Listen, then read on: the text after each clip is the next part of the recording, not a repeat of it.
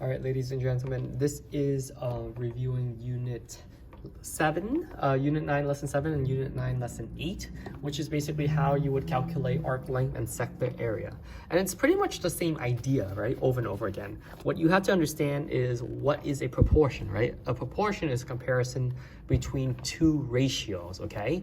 And what you need to understand with regards to the central angle, the angles and the lengths is that that's the same idea, right? Especially the arc lengths. So let's get started, right? Let's just say that I give you this angle is 60 degrees and I give you that this side, this radius is 10, right? The first thing that you need to understand is what is the idea of the setup. If you are going to be solving for the arc length itself, which is this thing right here, well, what is an arc length? Well, it's a piece. Imagine it as the crust of the entire pizza, right? Now we want to know what the entire crust is, but no, not that. We want to know how long is the crust of one slice. So the generalized idea is this, right? It's very simply put.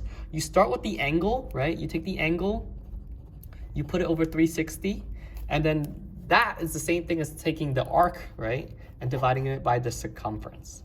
Now, a lot of the times, we have to calculate for the circumference. It's not given to you. What they would give you is simply like the radius or the diameter or something like that, right? So if we are going to set this up, first we need the circumference, right? And we could do that work on the side. We do radius, which is given to us right here. It's 10, okay? The radius is 10. And so if the radius is 10, then that implies that my diameter is 20, right? Twice that size. And because my diameter is 20 and I know cherry pie is delicious, right? I know that the circumference in terms of pi would be 20 pi, okay?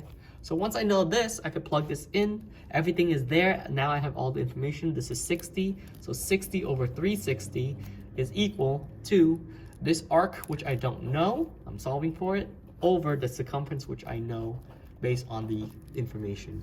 And from here, you would cross multiply and solve for x as straightforward as possible, okay?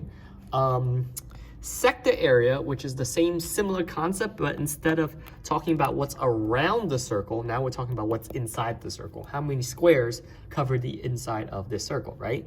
And a sector is basically the same idea. It's the slice of the pie. So let's just use the same example. Let's just say it's 60 and 10, right? In this case right here, we do the same thing, right? But instead of circumference, well, first we start by taking the angle, putting it over 360, and we set it equal to the sector, right? Or the slice over the area instead of the circumference, okay? So again, same idea. You have to calculate for the area yourself. Otherwise, you won't know, you won't be able to set this up. So radius is 10. There's no need to get to the diameter. We do need the formula for area, which is pi r2, right? And so you do 10 squared, you get area is equal to 100 pi. And because this is now 100 pi, we can put it right there and we'll substitute it. So right now it's 60 over 360 is equal to the sector, which we don't know, over the area, which is 100 pi. And from here, you would cross multiply to solve for the area, right? Or it's basically, if I were to express the sector in terms of pi, 60 over 360 is 1/6. So whatever 1/6 of 100 pi is going to give you the area. And so that's basically the main idea behind all of this.